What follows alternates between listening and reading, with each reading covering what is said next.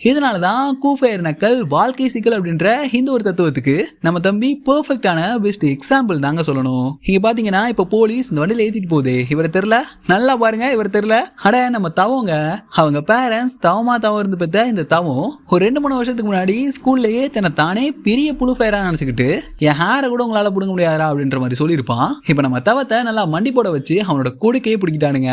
அது என்னாச்சுன்னா தேனி மாவட்டம் தேவதானப்பட்டியில முருகன் அப்படின்ற ஒரு ஆளு இந்த பணம் போட்டு வாங்குற மாதிரியான ஒரு ஏஜென்சி வச்சு நல்லாவே நடத்திட்டு வந்துட்டு இருந்திருக்காப்ல.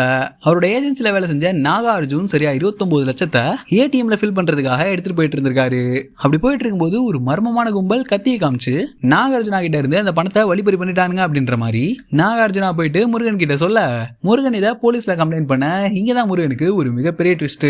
போலீஸ் இந்த மாதிரி சிசிடிவி ஃபுட்டேஜ் எல்லாம் அலசி ஆராய்ஞ்சு அந்த கும்பல் எல்லாம் ஒன்னும் 29 லட்சத்தை தூக்கிட்டு போல, இந்த நாகார்ஜுனா தான் அவனுக்கு பெரிய நாமத்தை போட்டான் அப்படின்ற மாதிரி போலீஸ் ஒரு உண்மையை போட்டு உடைச்சிருக்காங்க. இங்க நாகார்ஜுனா வழிப்பறி பண்ணானுங்க அப்படின்னு சொன்ன அந்த ஒரு கும்பலே இவனோட ஃப்ரெண்ட்ஸ் தான். சோ இது வழிப்பறி எல்லாம் கிடையாது, திட்டமிட்ட கொள்ளை அப்படின்ற மாதிரியான விஷயம் இங்க போலீஸ்க்கும் முருகனுக்கும் தெளிவா தெரிய வருது. இப்ப தவத்தோட சேர்த்து 6 பேர் மொத்தமா அந்த கேஸ்ல தூக்கிருக்காங்க. பேச்சாடா பேசுன, கொஞ்சம் நெஞ்ச பேச்சா பேசுன, உனக்கு இது தேவடா அப்படின்ற மாதிரி தான் இதை பார்த்ததுமே எனக்கு தோணுச்சு.